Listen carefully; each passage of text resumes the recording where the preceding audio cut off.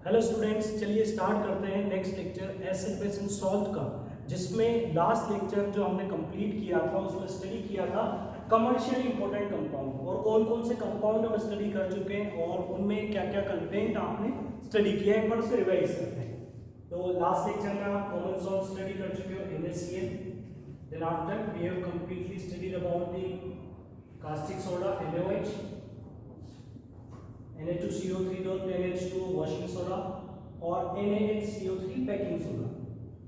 ये सारे important compound कैसे प्रिपेयर किए जाते हैं, इनकी क्या प्रॉपर्टीज होती हैं और इनके यूजेस क्या होते हैं, उस चीज को आप अच्छे से रिवाइज कीजिएगा। ठीक है, इसके अंदर जो इंपॉर्टेंट कंटेंट था वो था कि इनकी मैन्युफैक्चरिंग के लिए जो प्रोसेस है उसे जाना जाता है सॉल्वे प्रोसेस के नाम से। इसे आप प्रिपेयर करते हो क्लोरोएल्कली प्रोसेस से। इसके लिए क्लोरोएल्कली प्रोसेस और इनके लिए सॉल्वे प्रोसेस। अब सॉल्वे प्रोसेस में रॉ मटेरियल आपने क्या क्या लिया, कौन से कंपाउंड आपके पास बने और फर्दर किस तरह से हम अपने रिक्वायर्ड कंपाउंड को कैसे सेपरेट करते हैं। उसके बाद कास्टिक सोडा का फॉर्मेशन कैसे होगा, NaOH का फॉर्मेशन कैसे होगा, इसमें इलेक्ट्रिसिटी की रिक्वायरमेंट होगी, आप किसका इलेक्ट्रोलिसिस करोगे, एक्वस NaCl का, इस टाइप के क्वेश्चन। कॉमन सॉल्ट तो बड़ा सिंपल है, कॉमन सॉल्ट को आप सी वाटर से एक्सट्रैक्ट करते हो, इवेपोरेशन के थ्रू आप कॉमन सॉल्ट को प्रिपेयर करते हो। बट क्वेश्चन पूछे आपने कि कॉमन सॉल्ट में NaCl के अलावा और कोई दूसरे सॉल्ट भी प्रेजेंट होते हैं या फिर नहीं होते हैं, क्योंकि सी वाटर है तो कैल्शियम और मैग्नीशियम के सॉल्ट्स भी उसमें अवेलेबल होते हैं। चलिए, तो इस कंटेंट को आप रिवाइज कीजिएगा, सारे यूजर्स को फिर से पढ़िएगा, क्योंकि जो अच्छा क्वेश्चन इस थ्योरेटिकल पार्ट से बनेगा वो इनकी यूजेस से या इनकी केमिकल प्रॉपर्टीज से पूछा जाएगा। चलिए, अब आज जो हम स्टडी कर रहे हैं उसमें नेक्स्ट कमर्शियल इंपोर्टेंट कंपाउंड है वो होगा ब्लीचिंग पाउडर। नाम आपने सुना होगा ब्लीचिंग पाउडर की। ब्लीचिंग पाउडर को कई सारी जगह पर यूज में लिया जाता है। स्विमिंग पूल में वाटर में ब्लीचिंग पाउडर डाला जाता है जिससे वाटर को डिसइंफेक्टेंट बनाया जाता है। मींस वाटर की डिसइंफेक्टिंग की जाती है, उसके अंदर जो जर्म्स होते हैं उन्हें किल करने के लिए उसमें ब्लीचिंग पाउडर डाला जाता है। ऐसा क्या होता है ब्लीचिंग पाउडर में, इसका केमिकल कंपोजिशन क्या है, उसे कैसे प्रिपेयर किया जाता है, ये हमारे क्वेश्चंस हैं और इनके आंसर देखते हैं। सबसे पहले ब्लीचिंग पाउडर को प्रिपेयर कैसे करेंगे या इसका फॉर्मूला क्या होता है। तो इसे एज अ फॉर्मूला रिप्रेजेंट किया जाता है CaOCl2 से। CaOCl2 से इसकी नेमिंग हम क्या क्या करते हैं, इसके ये जो नेमिंग यूज में ली जाती है, जैसे कि इसे बोला जाता है कैल्शियम ऑक्सीक्लोराइड या इसे बोला जाता है क्लोरीनेटेड लाइम, क्लोरीनेटेड लाइम या क्लोराइड ऑफ लाइम भी बोल सकते हैं, या फिर कई जगह पर ये लिखा होगा क्लोराइड ऑफ लाइम। चलिए, तो इसका नेमिंग हो गई। हम बात करते हैं कि कैल्शियम ऑक्सीक्लोराइड में केटायन कौन है और एनायन कौन है। ये एक अच्छा क्वेश्चन है। इसमें केटायन कौन है और एनायन कौन है, इसे भी आप देखिएगा। कैल्शियम Ca2+ केटायन है और एनायन इसमें क्लोराइड आयन नहीं है, इसमें क्लोराइड आयन और हाइपोक्लोराइड आयन है, दो डिफरेंट एनायन है। तो आप जानते हैं कि ये कैल्शियम होगा, ये होगा क्लोराइड और ये एनायन होता है हाइपोक्लोराइड। HCl एसिड का एनायन जो Cl- है क्लोराइड होगा। हाइपोक्लोरस एसिड HOCl, इसका एनायन OCl-, इसे हम हाइपोक्लोराइड एनायन बोलते हैं। तो ये है आपका ब्लीचिंग पाउडर और इसका केमिकल फॉर्मूला, जो हम सिंपल फॉर्मूला यूज में लेते हैं। बट एक्चुअल में जो ब्लीचिंग पाउडर होता है उसका कोई स्पेसिफिक फॉर्मूला नहीं, इसमें कई सारे, ये एक मिक्सचर होता है। एक्चुअल में इसका जो कंपोजिशन है उसमें कैल्शियम हाइपोक्लोराइड होता है CaOCl2, ये क्या है कैल्शियम हाइपोक्लोराइड, और इसके साथ में मिक्स होता है कैल्शियम क्लोराइड और कैल्शियम हाइड्रोक्साइड और हाइड्रेटेड वाटर होता है। मींस एक्चुअल में ब्लीचिंग पाउडर का कंपोजिशन थोड़ा डिफरेंट होता है। हम एक सिंपल फॉर्मूला मेंशन कर लेते हैं कैल्शियम ऑक्सीक्लोराइड, बट एक्चुअल में ब्लीचिंग पाउडर जो है वो एक मिक्सचर है। चलिए, ये तो ब्लीचिंग पाउडर की बेसिक इंफॉर्मेशन होगी। अब बात करते हैं कि इसे प्रिपेयर कैसे करना है और इसकी प्रॉपर्टीज और यूजेस क्या क्या होंगे। तो सबसे पहले देखते हैं कि ब्लीचिंग पाउडर को प्रिपेयर करने के लिए क्लोरीन की रिक्वायरमेंट होगी और क्लोरीन को डाला जाता है स्लैग्ड लाइम पर। स्लैग्ड लाइम का फॉर्मूला आप जानते हैं कैल्शियम हाइड्रोक्साइड। कैल्शियम हाइड्रोक्साइड पर क्या डाला जाता है, क्लोरीन गैस को डाला जाता है और क्लोरीन इसके साथ रिएक्ट करके फॉर्मेशन करता है ब्लीचिंग पाउडर का। तो यहाँ पर CaOCl2+ आपको जो प्रोडक्ट मिलेगा वो होगा H2। तो यहाँ पर ये ब्लीचिंग पाउडर का फॉर्मूला होगा COCl2। ब्लीचिंग पाउडर के बारे में और भी कई सारी अच्छी अच्छी बातें हैं, जैसे कि ब्लीचिंग पाउडर होता है COCl2। अगर इसे ओपन एटमॉस्फेयर में रखा जाता है तो इससे क्लोरीन गैस का एवोल्यूशन होता है।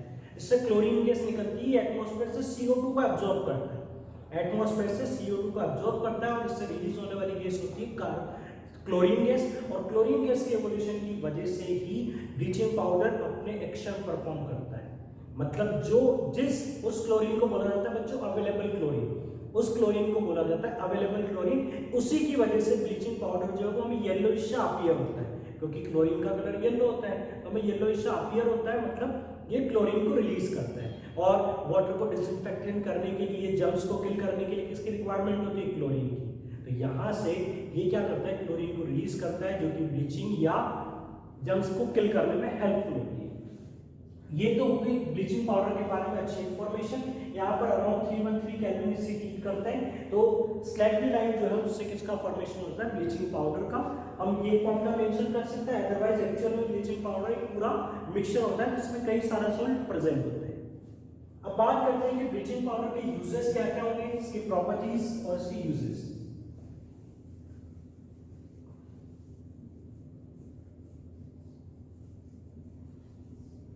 Now uses of bleaching powder. The first use है, it is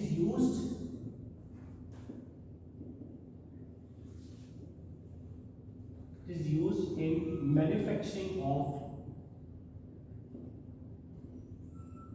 क्लोरोफॉर्म। ये एक अच्छा यूज है, इस पर क्वेश्चन पूछा जाता है। Chloroform ClCl3। क्लोरोफॉर्म बनाने के लिए इसकी रिक्वायरमेंट होती है, ब्लीचिंग पाउडर से क्लोरोफॉर्म बनाया जाता है, जिसका फॉर्मूला होता है ClCl3, जो कि बेहोशी के लिए, एनेस्थीसिया के लिए काम में ली जाती है।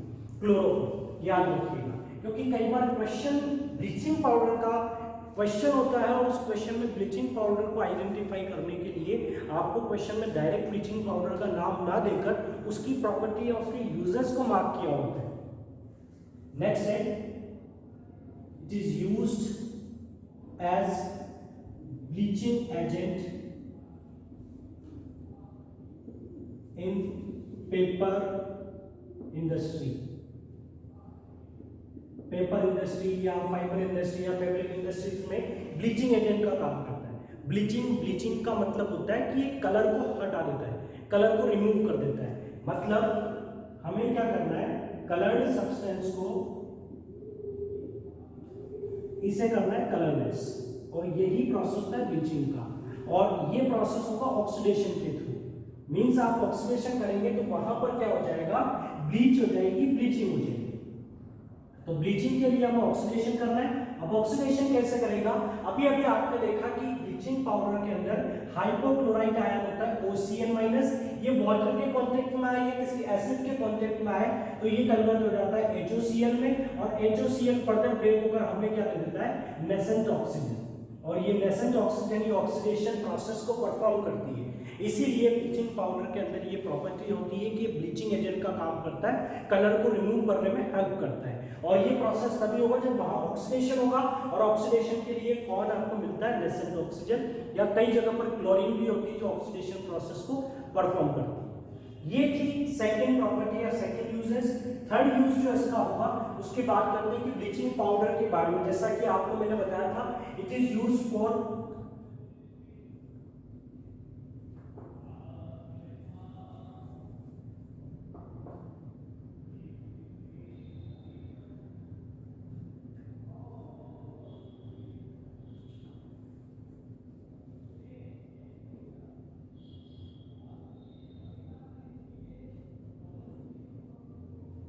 आपने देखा होगा कि कपड़ों की ब्लीचिंग करवाई जाती है। कपड़ों को जैसे वुलन क्लॉथ होते हैं या लीलन के कपड़े होते हैं या फिर कॉटन के कपड़े होते हैं, तो उनकी ब्लीचिंग करवाई जाती है, जिससे वो क्या होता है? श्रिंक प्रूफ हो जाते हैं, उनकी जो सनबर्न होती है वो अच्छे से निकल जाती है।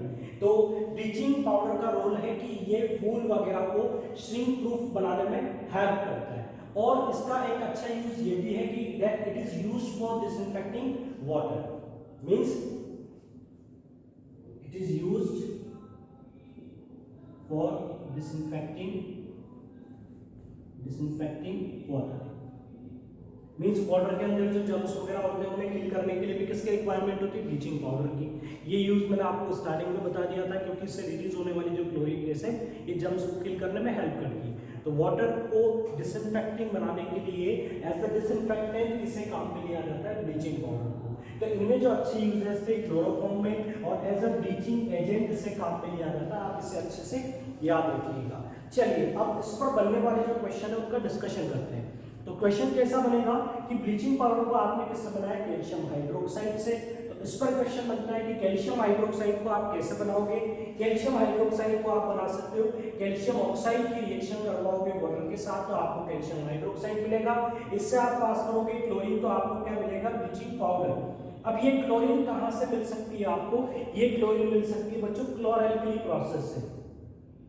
तो देखो कई सारी केमिकल प्रॉपर्टीज को एक साथ रिलेट किया जा सकता है। ये एक क्वेश्चन बना जिसके अंदर ये केमिकल प्रॉपर्टी जो आप पहले पढ़ चुके हो, एक एक्सोथर्मिक रिएक्शन फर्स्ट चैप्टर में आप स्टडी कर चुके हो, इसे अप्लाई किया, ऐसे कैल्शियम हाइड्रोक्साइड बना जिसे सेट्राइड बोला जाता है। और क्लोरैल्किली प्रोसेस में मिलने वाली क्लोरीन, क्लोरैल्किली प्रोसेस कौन सा, जिसमें एक्वस NaCl का इलेक्ट्रोलिसिस किया तो एनोड पर आपको कौन सी गैस मिलती है, क्लोरीन गैस। तो इस क्लोरीन गैस को यहां पर आप डालकर क्या बना सकते हो, ब्लीचिंग पाउडर।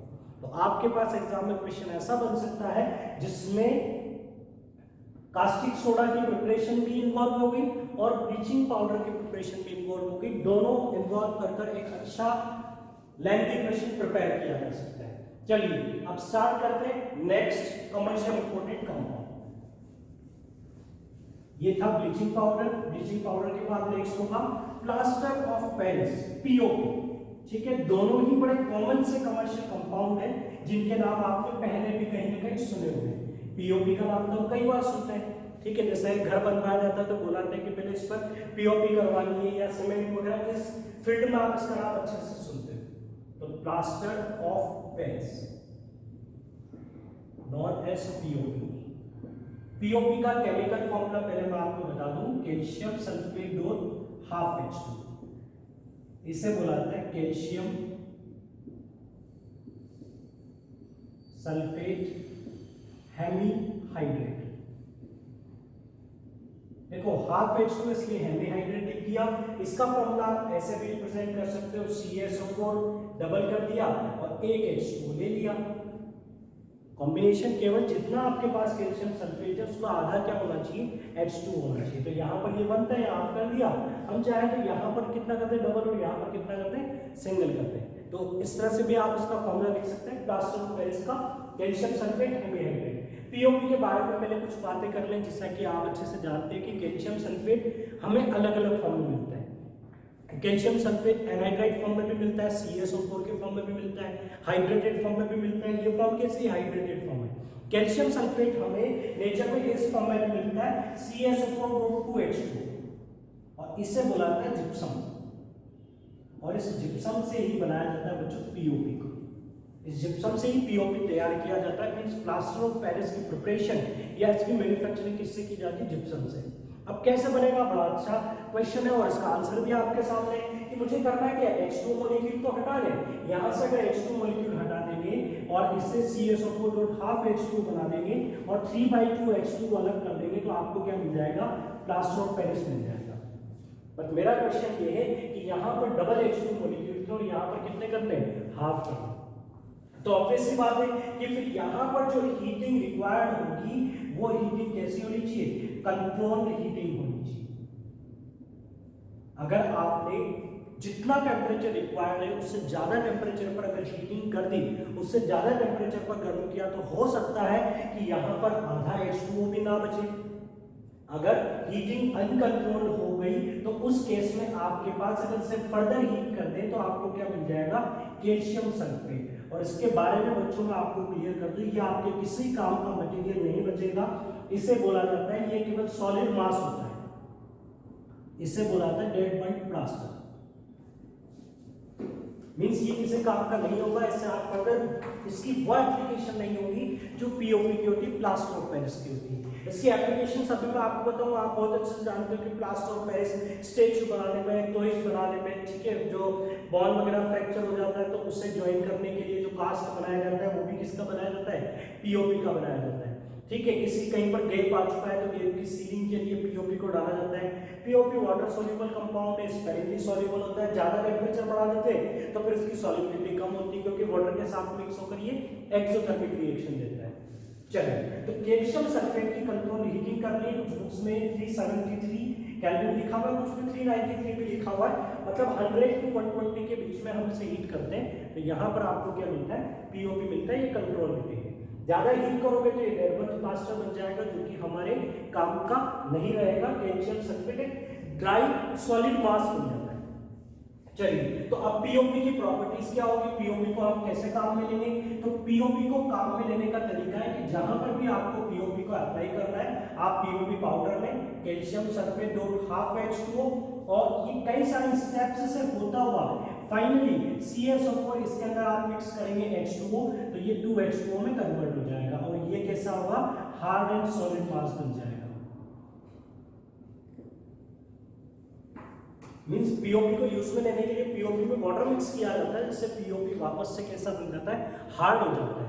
तो इसके भी कई सारे स्टेप्स है, ये अलग अलग फॉर्म में कन्वर्ट होता है अलग अलग जिप्सम में, और फाइनली हमें क्या मिलता है, CaSO4 2H2। इसे हम बोलते हैं कि सेटलिंग ऑफ पीओपी बोल सकते हो। पीओपी को सेट करने के लिए, पीओपी को काम में लेने के लिए इसमें पानी मिलाया जाता है। अब इस प्रोसेस को स्पीड अप भी किया जा सकता है और स्लो भी किया जा सकता है।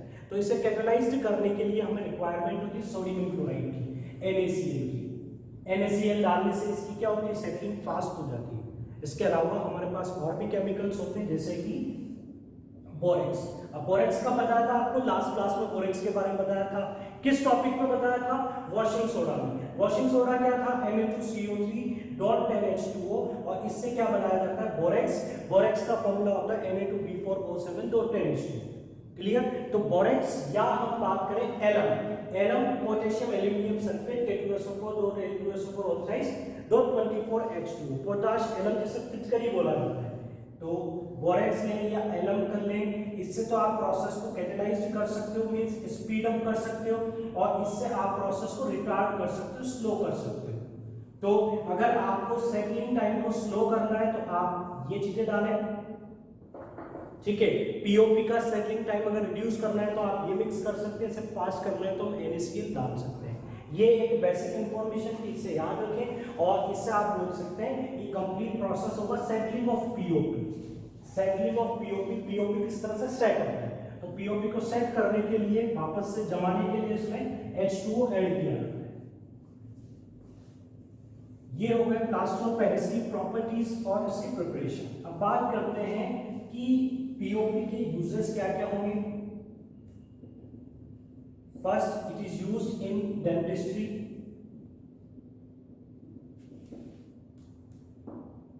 Second, it is used for ceiling gaps.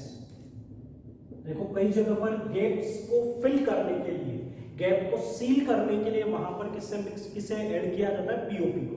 क्योंकि पीओपी पाउडर को जब आप वहां पर रखेंगे और फिर जब उसमें वाटर मिला देंगे तो उसके बाद इसका वॉल्यूम जो होता है थोड़ी एक्सपेंड हो जाती है, वॉल्यूम बढ़ जाता है, और उसका वॉल्यूम इतना बढ़ जाता है कि जो भी वो गैप होता है वो पूरी तरह से सील हो जाता है, उसे अच्छे से पैक कर देता है। तो गैप्स की सीलिंग के लिए हम किससे काम में ले सकते हैं, पीओपी को काम में ले सकते हैं। इसके अलावा it is used for making toys and statues. ठीक है, स्टैच्यूज दिया जाता है, कास्ट बनाए जाते हैं, ठीक है। फ्रैक्चर्ड बोन्स को ज्वाइन करने के लिए जो कास्ट बनाया जाता है वो भी किसका बनाया जाता है, पीओपी का बनाया जाता है। तो ये पीओपी के कुछ बेसिक यूजेस थे जिन्हें आप अच्छे से रिवाइज करें। चलिए बच्चों, अब हमारे सारे कमर्शियल इंपोर्टेंट कंपाउंड कंप्लीट हो चुके हैं, ठीक है। कौन कौन सा आपने स्टडी किया, एक बार फिर से रिवाइज करवा रहा हूँ। कॉमन सोल कंप्लीट हो चुका है, caustic soda, washing soda, baking soda. अच्छे क्वेश्चन कहाँ से बनेंगे कि बेकिंग पाउडर कैसे बनाया जाएगा, बेकिंग सोडा के यूजेस पर बन सकते हैं, वॉशिंग सोडा के यूजेस पर बन सकते हैं। वॉशिंग सोडा परमानेंट हार्डनेस को रिमूव करने में हेल्पफुल होता है। ब्लीचिंग पाउडर और पीओपी आज आपने स्टडी कर लिया है, ठीक है। तो पीओपी कैसे बनता है, ब्लीचिंग पाउडर कैसे बनता है, ठीक है। कुछ बेसिक क्वेश्चन इनसे पूछे जाएंगे। अब इसके बाद हमारा जो चैप्टर का लास्ट टॉपिक बचता है, एक छोटा सा टॉपिक बचता है, वो है हाइड्रेटेड सॉल्ट। हाइड्रेटेड सॉल्ट्स, ठीक है। कई सारे सॉल्ट्स के फॉर्मूलाज में यहाँ पर लिख देता हूँ, जैसे कि CuSO4 इसे बोला जाता है ग्लूविट्रियोल, FeSO4.7H2 इसे बोला जाता है ग्रीन विट्रियोल, Na2SO4.7H2 इसे बोला जाता है ग्लोबल सॉल्ट, और MgSO4.7H2 इसे बोला जाता है एप्सम सॉल्ट, पोटाश Al2SO4.L2SO4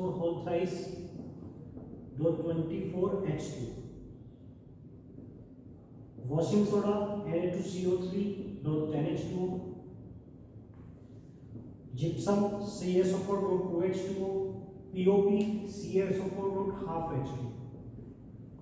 ये सारे के सारे सॉल्ट बच्चों हाइड्रेटेड सॉल्ट हैं, ये सारे के सारे हाइड्रेटेड सॉल्ट हैं। अब आपको हाइड्रेटेड सॉल्ट की डेफिनेशन मिल चुकी है, क्योंकि सारे एग्जांपल्स आपके सामने आप देख सकते हैं कि जिनके अंदर मींस हम डिफाइन कर सकते हैं salts which contains water of crystallisation, जिसमें क्रिस्टलाइज्ड वाटर होगा, आप उसे क्या बोल सकते हैं, हाइड्रेटेड सॉल्ट बोल सकते हैं। अब क्रिस्टलाइज्ड वाटर कौन सा होता है, ये .H2 मींस आपने सॉल्ट सॉल्यूशन के जो सॉल्ट के जो क्रिस्टल है, उन क्रिस्टल के अंदर H2O मॉलिक्यूल प्रेजेंट है, तो ऐसा सॉल्ट को क्या बोला जाता है, हाइड्रेटेड सॉल्ट। अब हमारा क्वेश्चन ये है कि किसी सॉल्ट का हाइड्रेशन होने से उसकी प्रॉपर्टीज में कोई डिफरेंस आता है, तो डिफरेंस आता है बच्चों। Blue vitriol copper sulphate .5H2 उसका कलर कैसा होता है, ब्लू होता है। अगर आप इसे हीट कर दें और इसके H2O को अलग कर दें या इसे थोड़ा सा ओपन में रख दें, इससे H2O अगर अलग हो गया, ये H2 वेपराइज हो गया, तो इसका कलर कैसा हो जाएगा, व्हाइट हो जाएगा। मींस क्रिस्टलाइन वाटर के प्रेजेंट होने से कंपाउंड के कलर अफेक्ट होते हैं, जो आपको सॉल्ट का कलर मिलेगा वो डिफरेंट होगा अगर वो हाइड्रेटेड फॉर्म में होगा, और एनहाइड्रस फॉर्म होगी तो उसका कलर चेंज हो जाएगा। तो ये हाइड्रेटेड है और ये एनहाइड्रस फॉर्म है। एनहाइड्रस मतलब आपने क्रिस्टलाइन वाटर को हटा दिया है। बस सिंपल इतना सा ही आपको हाइड्रेटेड सॉल्ट के बारे में स्टडी करना है, और जितने ज्यादा एग्जांपल्स आपको हाइड्रेटेड सॉल्ट के मिल जाए आप उन्हें एक बार फिर से रिवाइज कर रहे हैं, क्योंकि एग्जाम में क्वेश्चन इस तरह से बनता है, which of the following salt contains water of crystallisation. आपको नाम दे दिए जाएंगे, अब नाम दे दिए जाएंगे तो आपको पता हो कि उसमें क्रिस्टलाइन वाटर, तो आपको उसका फॉर्मूला आना चाहिए। इसलिए जो जो सॉल्ट आपको पढ़ाए जाते हैं आपको उनके नाम और उनके फॉर्मूलास लर्न करने हैं। चलिए बच्चों, तो कमर्शियल इंपोर्टेंट कंपाउंड भी कंप्लीट हुआ, एसिड बेसिन सॉल्ट का लास्ट टॉपिक भी कंप्लीट हुआ, और हाइड्रेटेड सॉल्ट एक छोटा सा टॉपिक ये भी कंप्लीट हो चुका है। अब हमारा अगला टास्क क्या होगा, अगला टास्क होगा कि आप मॉड्यूल एक्सरसाइज को, एनसीईआरटी एक्सरसाइज को अच्छे से लगा लें, अच्छे से कंप्लीट कर लें, और फिर आप आगे के जो लेक्चर्स मिलेंगे, आगे के जो चैप्टर्स होंगे उन्हीं के साथ इन वीडियो से कंटिन्यू करें। Okay students, thank you very much for watching this lecture.